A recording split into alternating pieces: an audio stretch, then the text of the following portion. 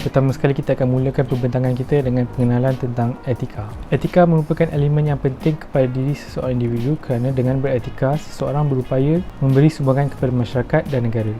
Sejak awal peradaban manusia, tamadun utama dunia meletakkan etika setaraf agama dan kepercayaan. Raja-raja zaman dahulu menitahkan para sarjana dan pendeta untuk mengarang pelbagai kitab tentang etika bersusila untuk dijadikan sebagai sumber rujukan dalam masyarakat. Jadi konsep etika ini boleh disimpulkan sebagai suatu peraturan dalam diri manusia yang menjadi asas dalam menjalankan hidup yang berprinsip. Etika ini bukan sahaja diguna pakai dalam interaksi antara manusia dengan manusia yang lain, malah ia turut diaplikasikan dalam interaksi manusia dengan alam dan interaksi manusia dengan Tuhan. Kod etika juga digunakan dalam bidang profesional seperti sektor pekerjaan awam dan swasta, bagi memastikan setiap ahli dalam suatu organisasi itu mengikut peraturan yang telah ditetapkan. Sebagai contoh, kod etika JAKIM, plan integriti, kod etika kejuruteraan, etika perkhidmatan awam, etika kerja Islam, kod etika pejabat Perdana Menteri dan sebagainya. Namun, etika masyarakat pada zaman sekarang sudah semakin pudar selaras dengan perkembangan teknologi yang dikecapi. Pelbagai kejadian yang tidak bermoral seperti memandu dalam keadaan mabuk telah berlaku yang mana kesannya bukan sahaja terhadap mangsa, malah pada keluarga mangsa. Dalam kajian ini, kami akan mengupas tentang pengabaian etika dalam masyarakat Malaysia.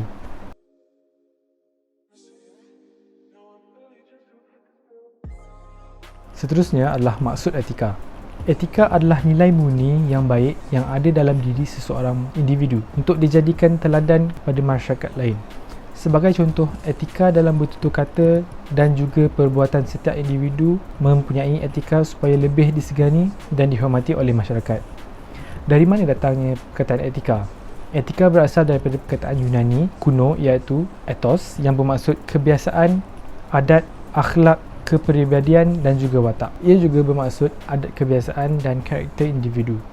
Selain itu, etika juga terdapat dalam Kamus Bahasa Inggeris yang bermaksud sifat moral dalam masyarakat.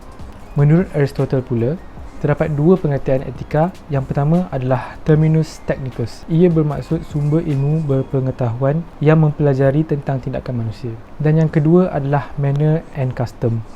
Ia bermaksud etika yang mempunyai hubungan dengan tata cara serta adat kebiasaan yang ada dalam diri individu. Menurut Kamus Dewan Bahasa pula, etika bermaksud ilmu yang berkait rapat dengan prinsip akhlak atau moral. Ia juga bermaksud tanggungjawab dan tingkah laku setiap individu dalam kalangan masyarakat.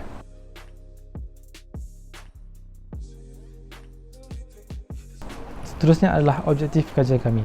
Yang pertama adalah untuk memahami maksud etika dan yang kedua adalah untuk mengenal pasti punca pengabaian etika dalam masyarakat Malaysia dan yang ketiga adalah untuk menganalisa masalah dan kesan jika etika diabaikan dan yang terakhir dapat mengenal pasti dan mengemukakan cara untuk mengatasi pengabaian etika.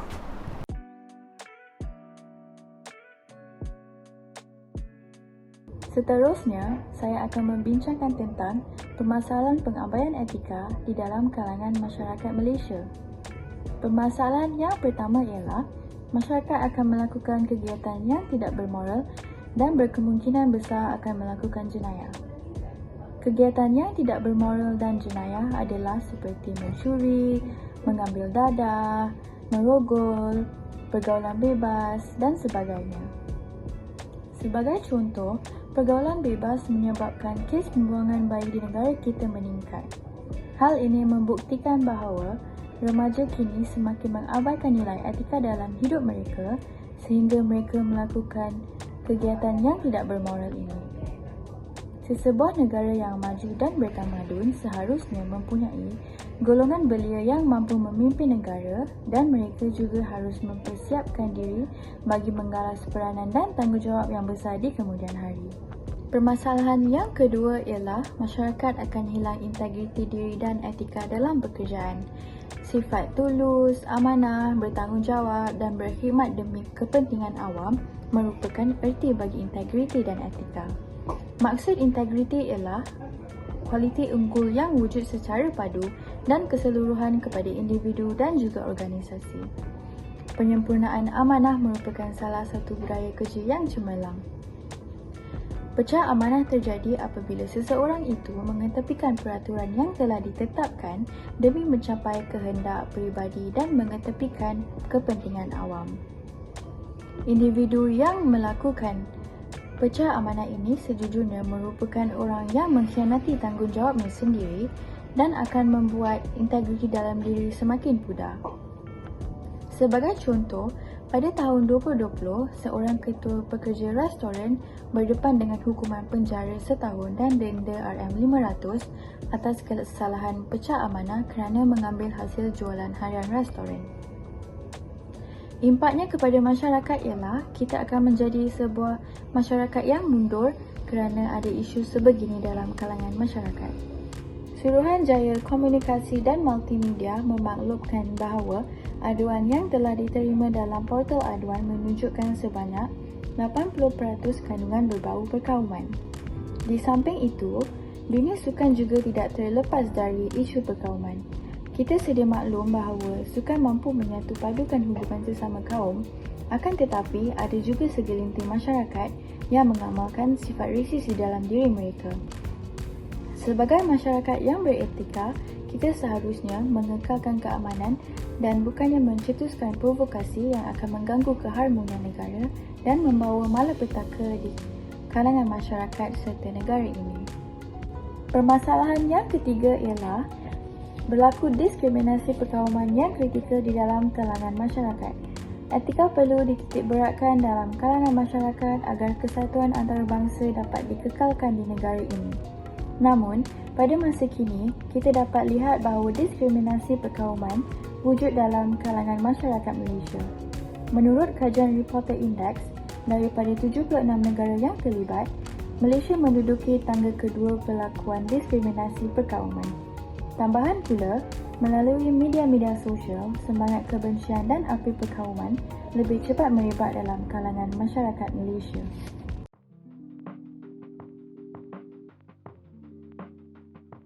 Seterusnya, saya akan membincangkan tentang punca-punca pengabaian etika dalam masyarakat. Apakah yang menyebabkan individu mencuri, berbohong ataupun berkelakuan agresif?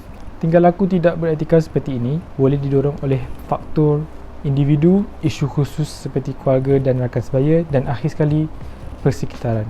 Yang pertama sekali saya akan bincangkan tentang faktor sosial.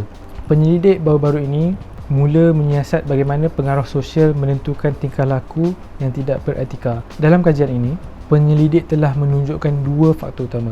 Yang pertama adalah teori identiti sosial, mencadangkan bahawa individu mematuhi peraturan sosial yang menyediakan mereka dengan peluang untuk mengekalkan atau meningkatkan dalam kumpulan mereka. Yang kedua adalah altruism atau sifat mementingkan diri sendiri dalam individu.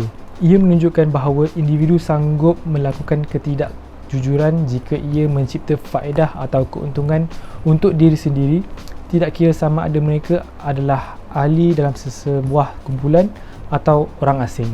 Yang kedua adalah faktor ketamakan. Dalam kajian kerja eksperimen tentang keadilan pengagihan, teori equity dan perbandingan proses sosial menunjukkan bahawa individu lebih cenderung untuk terlibat dalam tindakan yang tidak beretika jika mereka merasakan bahawa mereka dilayan secara tidak adil secara relatif berbanding dengan rakan sebaya mereka. Individu sering membandingkan kehidupan mereka dengan orang lain di sekeliling mereka dan apabila timbul persepsi tentang ketidakadilan, mereka akan cenderung untuk timbul perasaan hasrat dengki. Ini termasuk melibatkan diri dalam tingkah laku yang tidak beretika. Dalam kata lain, individu mungkin menjadi tamak dan terlibat dalam tingkah laku yang tidak beretika untuk memulihkan keadilan dalam situasi, sebagai contoh perbezaan gaji dan kekayaan melimpah dalam persekitaran orang lain. Yang ketiga adalah justifikasi kendiri. Etika individu juga bergantung kepada faktor situasi kerana keadaan tertekan boleh menyebabkan seseorang bertindak di luar norma-norma masyarakat. Dalam keadaan tersebut, mereka tidak mampu membezakan apa yang betul dan tindakan yang diambil boleh memberikan kesan buruk kepada masyarakat. Dalam teori kognitif sosial yang dilakukan oleh Bandura, mencadangkan bahawa seseorang ditindas sanggup melakukan perkara yang tidak beretika untuk mendapatkan keadilan. Sebagai contoh, Apabila justifikasi dibuat sendiri, kelakuan itu akan kelihatan kurang bermoral yang berpunca daripada perbuatan ketidakjujuran oleh orang lain. Sebagai contoh, kanak-kanak yang diabaikan. Selain dari itu, kesalahan dipindahkan kepada mangsa dan akhirnya direndahkan atau dipersalahkan. Segala keputusan yang diambil haruslah difikirkan secara mendalam supaya ia tidak melanggar nilai-nilai asas dalam masyarakat walaupun ia melibatkan situasi paksaan.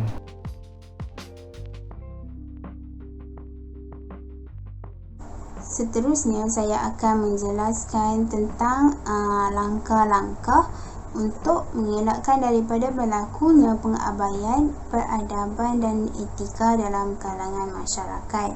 Langkah pertama yang akan saya bincangkan adalah dengan memperbanyakkan pendedahan melalui media seperti televisyen, radio dan media massa.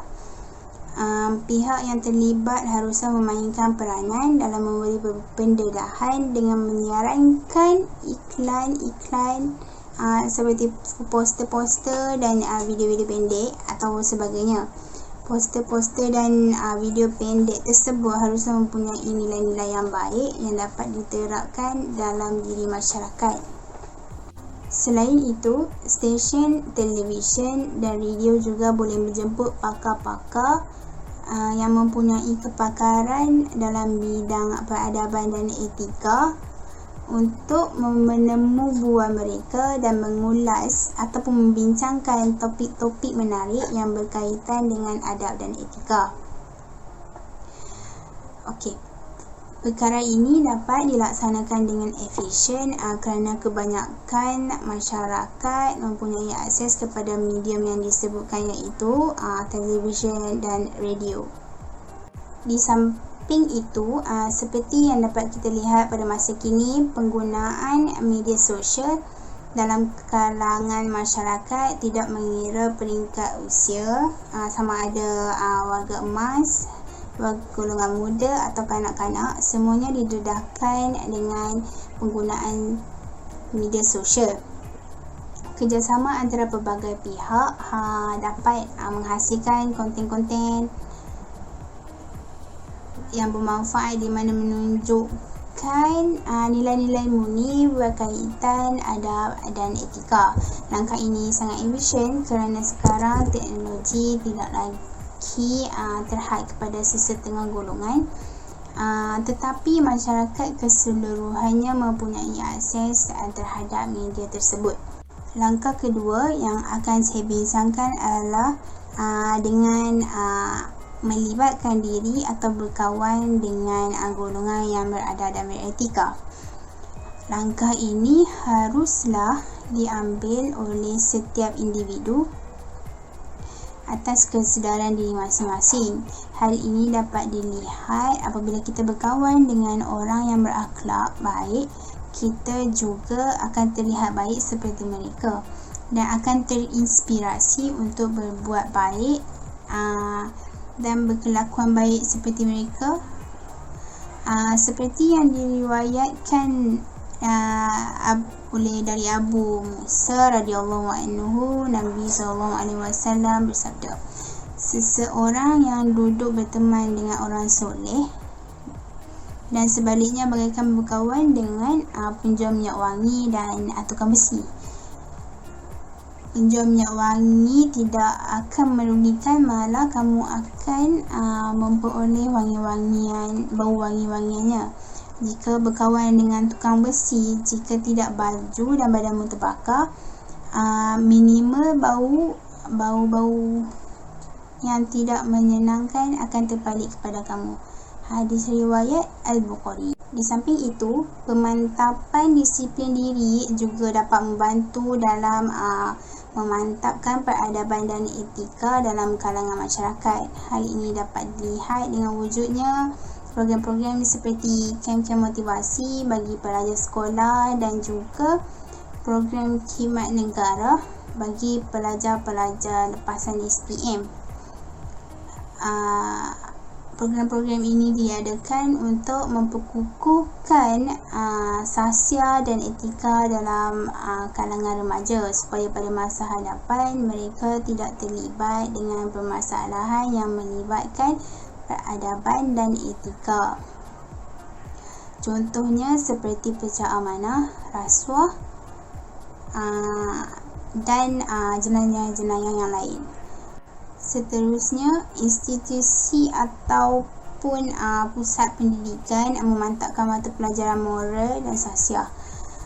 Hal ini dapat dilihat dengan wujudnya mata pelajaran moral seperti pendidikan sivil dan kewarganegaraan di peringkat sekolah dan penghayatan peradaban dan etika di peringkat universiti.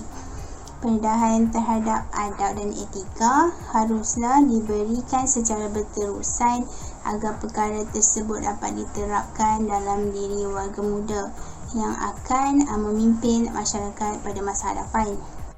Sehubungan dengan itu, selain daripada bergantung sepenuhnya dengan didikan atau ajaran pendidik di institusi pendidikan, pendidikan awal di rumah juga sangat penting. Di situ dapat kita lihat peranan ibu bapa dalam menerapkan kepentingan adab dan akhlak sejak dari kecil dan memberi contoh yang baik kepada mereka. Kanak-kanak mudah dibentuk sejak dari kecil. Mereka mencerminkan pelakuan ibu bapa mereka ataupun peribadi ibu bapa mereka atau orang yang terdekat dengan mereka seperti keluarga. Berkata pepatah, melentur bulu biarlah dari rebungnya. Melalui didikan awal daripada ibu bapa, masyarakat yang beradab dan berakhlak dapat dilahirkan pada masa hadapan.